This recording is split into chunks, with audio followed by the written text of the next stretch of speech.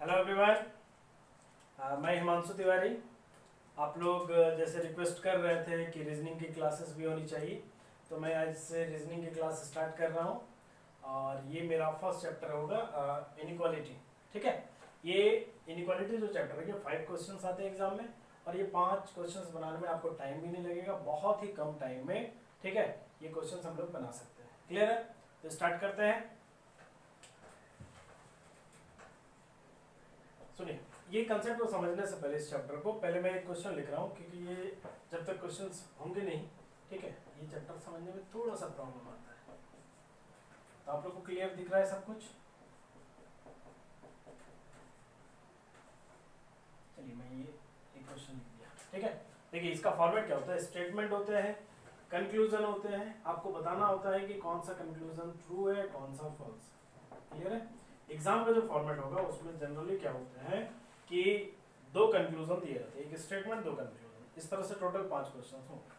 मैं अभी 4-5 लिख कर रख दे रहा हूँ। ठीक है, अब देखिए इसमें क्या है। पहला क्वेश्चन है A greater than D, second B is greater than equal to D, next C is less than G, and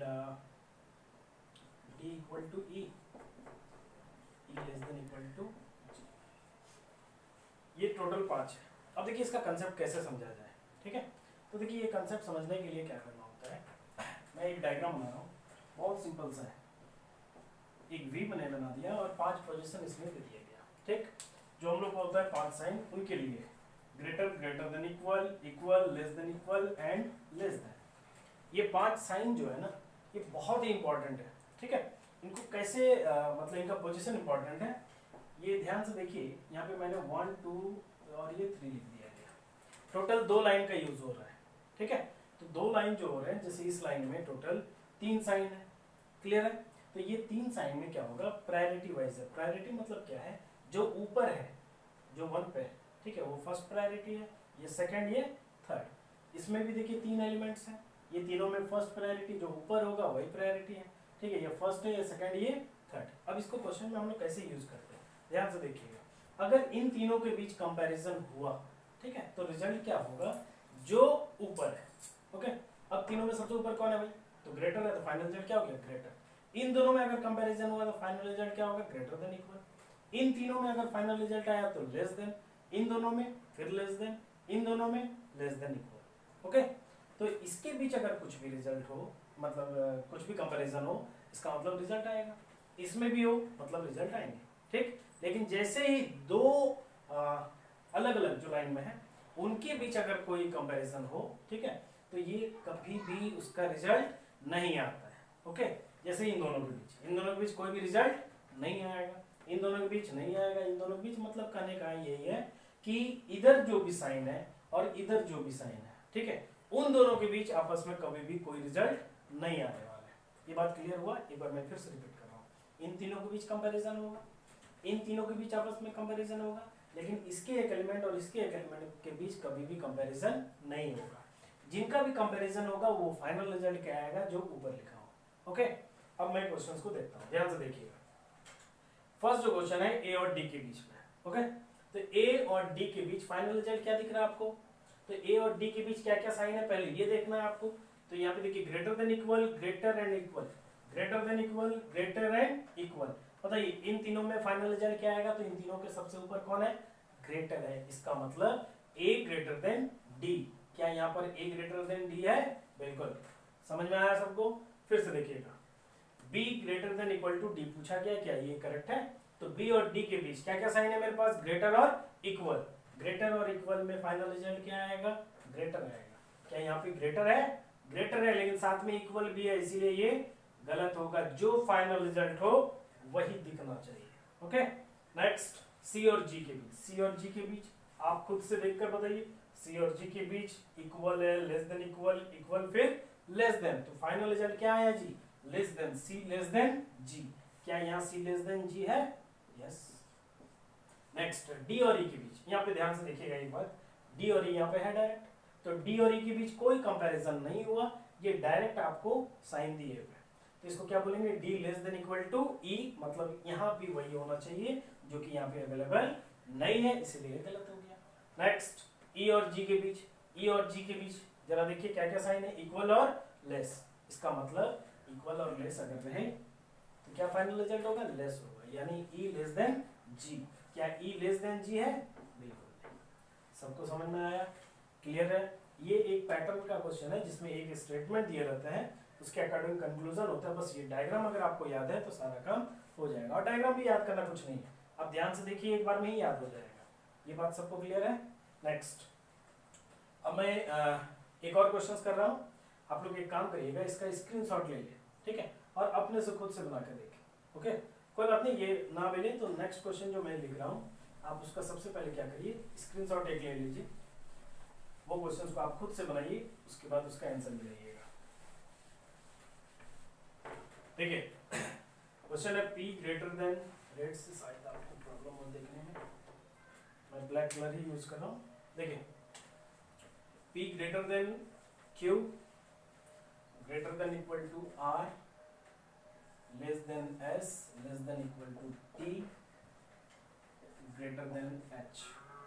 okay, इस तरह से आपका इक्वेशन लिखा हुआ है। अब देखिए P ग्रेटर देन R,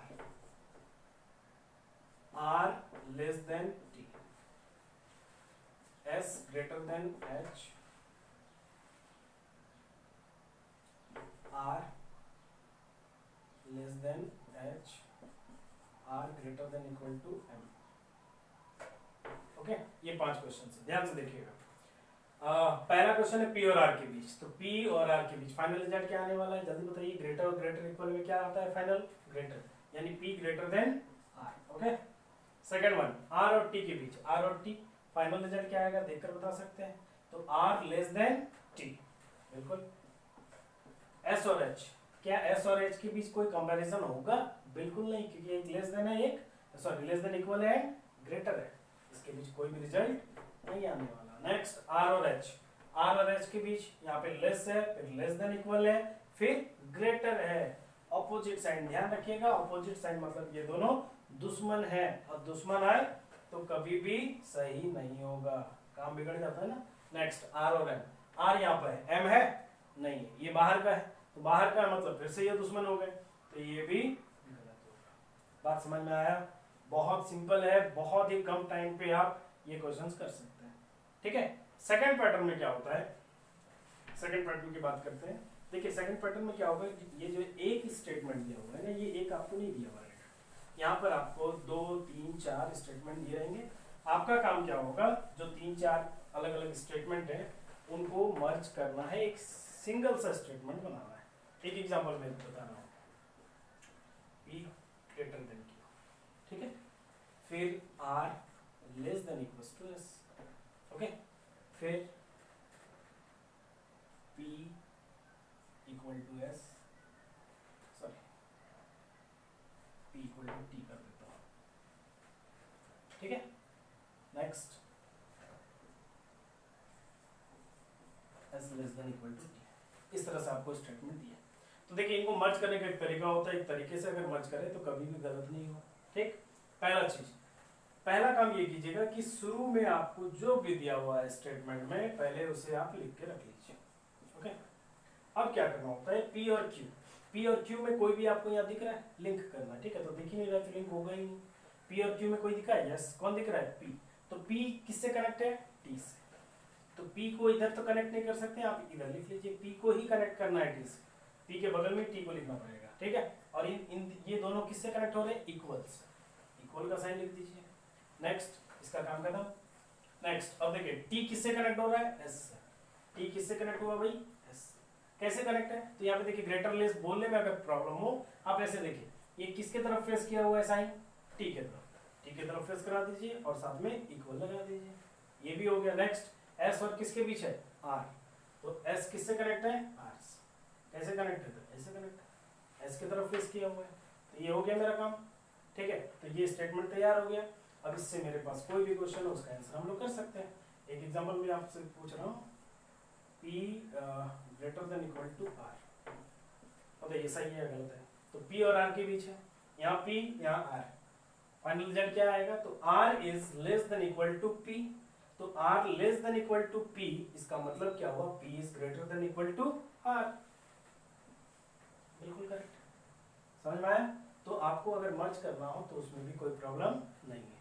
तो ये जो क्वेश्चन था ये 2 वेरिएबल का था, ठीक है। अगर इसमें 3-3 वेरिएबल हो तो कैसे मर्ज किया जाए, ये भी बहुत लोगों को डाउट होता है कि 3 रहे 4 रहे तो कैसे मर्ज किया जाए। ध्यान से समझिएगा।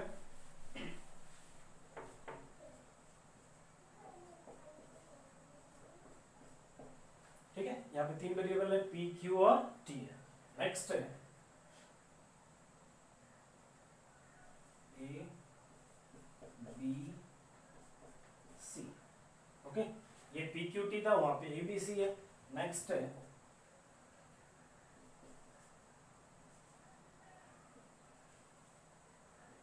B M Q. ओके, ये 3-3 दिए हुए। तरीका वही होना चाहिए, कुछ भी नया नहीं है। ये फर्स्ट में जो लिखा हुआ है उसे पहले कॉपी कर लिया, P greater than equal to Q greater than T. Okay, clear है ये बात? नेक्स्ट ए बी सी, कोई दिखा आपको ए बी सी में? कोई नहीं दिख रहा है। Next B M Q, B M Q में कोई दिख रहा है? यस, क्यू दिख रहा है। तो क्यू किससे कनेक्ट है, वहां पे ध्यान से देखिए, क्यू कनेक्ट है एम से। क्यू को कनेक्ट कर दीजिए एम से। आप ऊपर भी कर सकते हैं, जगह नहीं है इसलिए मैंने नीचे दिया, ठीक है। ऊपर या नीचे कर सकते हैं, इधर नहीं कर सकते क्योंकि क्यू किससे कनेक्ट दिख रहा है? टी से। तो क्यू को कनेक्ट कर दिए एम से, एम को कनेक्ट कर दिए बी से। ओके, अब साइन लिख दे। साइन लिखने का भी तरीका वही है। ये किसके तरफ फेस किया हुआ है? क्यू के तरफ। डन। ये किसके तरफ फेस किया हुआ है? एम की तरफ। Okay, next A B C. B किससे कनेक्ट हो रहा है? देखिए ध्यान से, ए से और सी से। जैसे साइन उसको कॉपी पेस्ट कर देना है। ओके, अब ये आपका स्टेटमेंट तैयार हो गया, एक सिंगल सा स्टेटमेंट। अब देखिए क्वेश्चंस किस टाइप से होंगे और कैसे सॉल्व करना। सॉल्व करने का तरीका वही है। मान लीजिए पहला क्वेश्चन है P ग्रेटर देन A। मैं 2-3 एग्जांपल ले लेता हूँ। Q ग्रेटर देन C, काफी ठीक। कंसेप्ट वही है, बस ये नया चीज आपको दिख रहा होगा। P और A के बीच, P यहाँ पे A यहाँ पर है, इनके बीच जरा ध्यान से देखिए। तो P से Q, Q से M, M से B, B से A। तो P ग्रेटर देन इक्वल है, फिर ग्रेटर देन इक्वल, फिर greater than equal. Final result क्या है? ग्रेटर, यानी P is greater than A। Yes. Second one, Q और C, Q एंड C के बीच greater than equal, greater and equal. Final result क्या आएगा? Q is greater than C। बस इसी तरीके से सारा का समझिए, पूरा का पूरा चैप्टर आपका खत्म हो चुका है, ठीक है। कंसेप्ट यही है। हाँ, इसमें अलग अलग टाइप के और क्वेश्चंस बनेंगे, क्लियर है। तो बाकी क्वेश्चन सब नेक्स्ट पार्ट में करूंगा। ये समझिए आप इनइक्वालिटी का फर्स्ट पार्ट जिसमें बेसिक कंसेप्ट है, ठीक है। और कुछ क्वेश्चंस इसमें करा चुका हूँ। नेक्स्ट क्लास में और बाकी जो टाइप है वो मैं करवाऊंगा। Okay, thank you.